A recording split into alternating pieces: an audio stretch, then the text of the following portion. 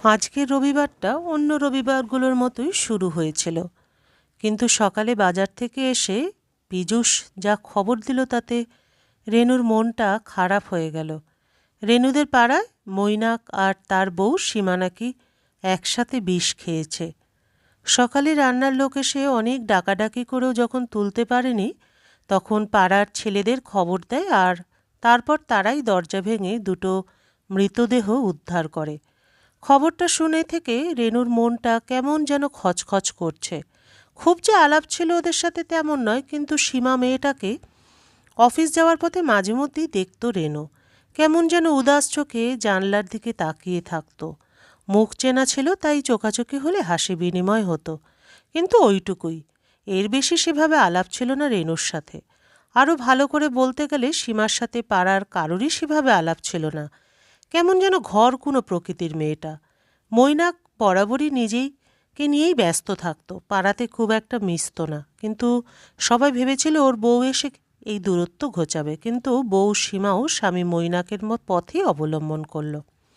তবে রেনু মৈনাকদের খবর মাঝে মাঝেই পেত পম্পার কাছ থেকে। পম্পা হলো রেনুদের বাসন মাজার লোক। সে আবার সীমাদের বাড়িতেও কাজ করত। সে মাঝে মাঝেই বলতো মৈনাকের পয়সা থাকলো নাকি তার মন খুব ছোট, সীমার আর মৈনাকের নাকি মিলমিশ নেই। আরও নানান কথা বলতো, কিন্তু রেনু কোনো দিনই উৎসাহ দেখাতো না এসব কথায়। অন্য লোকের হাড়ির খবর শুনতে কেমন যেন রুচিতে বাধ্য রেনুর। পরদিন সোমবার হলেও অফিসে যায়নি রেনু। ইচ্ছা একবার মায়ের কাছে যাওয়ার।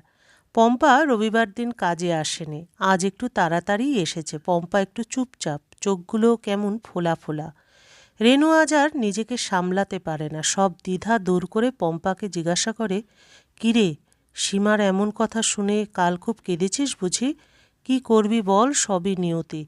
আচ্ছা, এই তো তুই বলতিস স্বামী স্ত্রীর বনিবনা হতো না, তাহলে একসাথে বিষ খেলো কেন? জানিস তুই কিছু? আমি অফিস যাওয়ার পথে দেখতাম সীমা জানলার দিকে তাকিয়ে থাকতো। হ্যাঁ রে, প্রেম ঠেম কিছু ছিল না তো?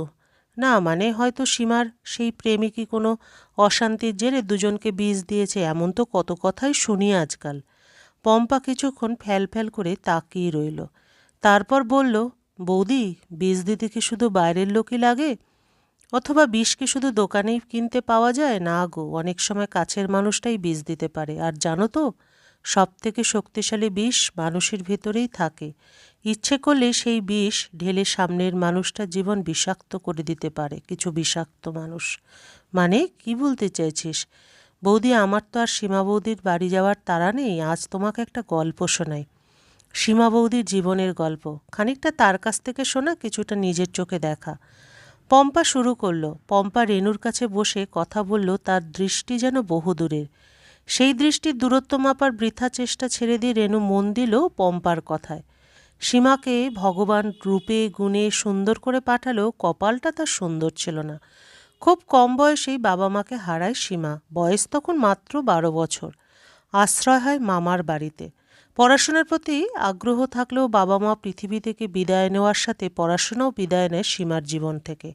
কারণ সীমার মামি মনে করতেন সীমার পেছনে পড়াশোনার জন্য টাকা নষ্ট না করে মামা যদি ওই টাকা জমায় তবে সীমার বিয়ের একটা হিল্লে হয়। তাই 12 বছরের সীমা পড়াশোনার পাঠ ছেড়ে মামির সংসারে ঝিবৃত্তি করতে লাগলো। এসব দেখে ভিতরে ভিতরে বড় কষ্ট পেত সীমার দিদামা, কিন্তু তার কিছু করারও ছিল না ছেলে বউয়ের সংসারে। তাই তিনি যা করতে পারতেন তাই করলেন। চেনা পরিচিতদের পাত্র দেখার কথা বলেন। তখন এক পরিচিত সীমার জন্য মৈনাকের সম্বন্ধটা আনলেন। মৈনাক বেশ অবস্থা সম্পন্ন, দাদুর কাছে মানুষ ছোটবেলা থেকে, বাবা মা নেই। দাদাও বেশ কিছু বছর হলো স্বর্গবাসী, তাই হেন ভালো সম্বন্ধ হাতছাড়া করতে চাইলেন না সীমার দিদিমা। তাই 11 বছরের বড় মৈনাকের সাথেই 15 বছরের সীমার বিয়ে হয়ে গেল। এক রাস স্বপ্ন বুকে বেঁধে দিন বদলের আশা নিয়ে সীমা মৈনাকের সাথে তার ঘরে এলো।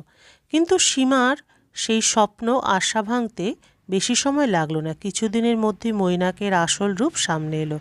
মৈনাক সীমাকে বিয়ে করেছিল কেবল তার রূপ দেখে, সীমার রূপকে কাজে লাগিয়ে নিজের কাজ হাসিল করার মতলবে।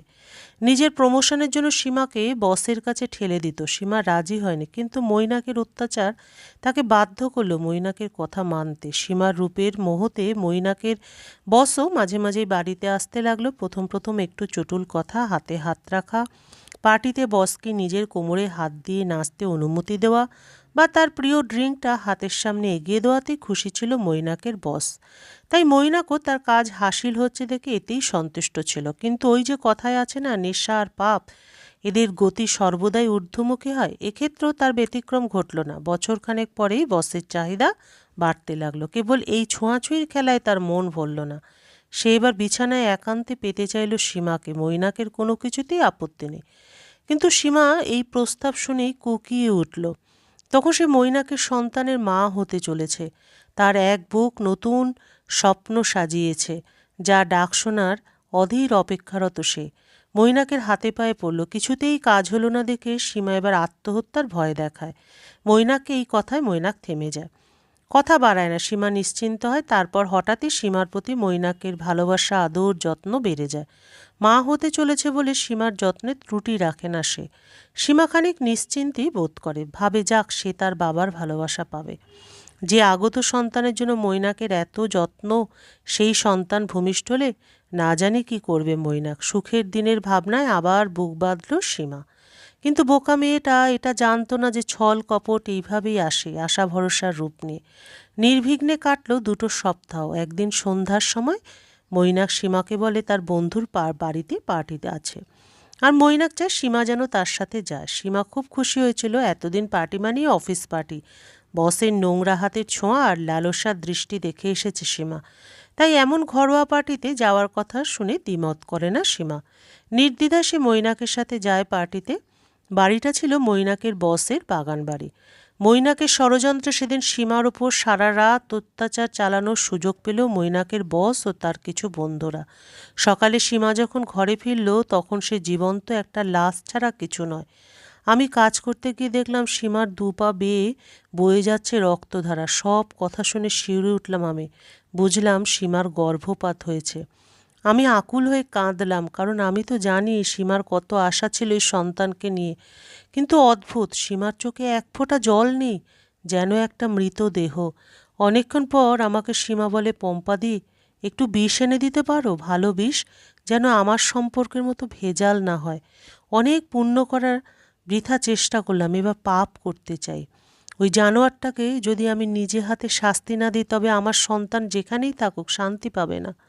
আমারও মনে জেদ চেপে গেল। বললাম, নিশ্চয়ই দেব। আর দেরি না করে এনে দিলাম কিছু সেকো বিষ। আমিও অচপাড়া গায়ের মেয়ে, আমার বিষ চিনতে ভুল হয় না, তাই বারবার সাবধান করে এলাম, বড় সাংঘাতিক বিষ। কিন্তু আমি বুঝিনি সীমা মৈনাকের খাবারে বিষ দিয়ে সেই খাবার নিজেও খাবে। ও তো মৈনাকের জন্যই আনতে বলেছিল। এই বিষ কিন্তু নিজে কেন খেলো কে জানে। চুপ করল পম্পা। রেনুর 2 চোখ জলে ভেসে যাচ্ছে। সে যেন কিছুটা আপন মনেই বলল, সীমা কি আজ মরেছে রে? সীমা তো সেদিনই মরে গিয়েছিল, যেদিন মৈনাকের কুচক্রে তার বস আর বসের বন্ধুরা মিলে ওর শরীরটাকে বিষিয়ে দিয়েছিল। সেই বিষের এত জ্বালা যে ভেতরের ছোট্ট প্রাণটাও সেই বিষ সইতে পারেনি। সীমা তবুও নিজের মতো দেহটাকে টেনে বাড়িতে এনেছিল বোধহয় মৈনাককে শাস্তি দেওয়ার উদ্দেশ্যেই। ওর কাজ শেষ করে ও নিজের শরীর থেকে মুক্তি নিয়েছে। হয়তো এই বিষাক্ত দুনিয়ার বাইরে ওর সন্তানের সাথে ওর আবার দেখা হবে। যদিও আত্মহত্যা মহাপাপ, কিন্তু পরিস্থিতির চাপে আর মানসিক যন্ত্রণায় সীমা কতটা মানসিকভাবে সুস্থ ছিল আমার তাই নিয়ে খানিকটা সংশয় আছে। তবে একটাই শান্তি যে মৈনাকের মতো একটা জানোয়ার শাস্তি পেল। ইংরাজিতে একটা কথা আছে, চোখের বদলে চোখ, আর এখানে বিষের বদলে বিষ। মৈনাক যেমন নিজের বিষ দিয়ে সীমার জীবনটা বিষিয়ে দিয়েছিল, ঠিক তেমনই সীমা মৈনাকের খাবারে বিষ মিশিয়ে শাস্তি দিল তাকে। গল্পের সমাপ্তি এখানেই। আবার দেখা হবে পরবর্তী আরেকটি গল্পের সাথে।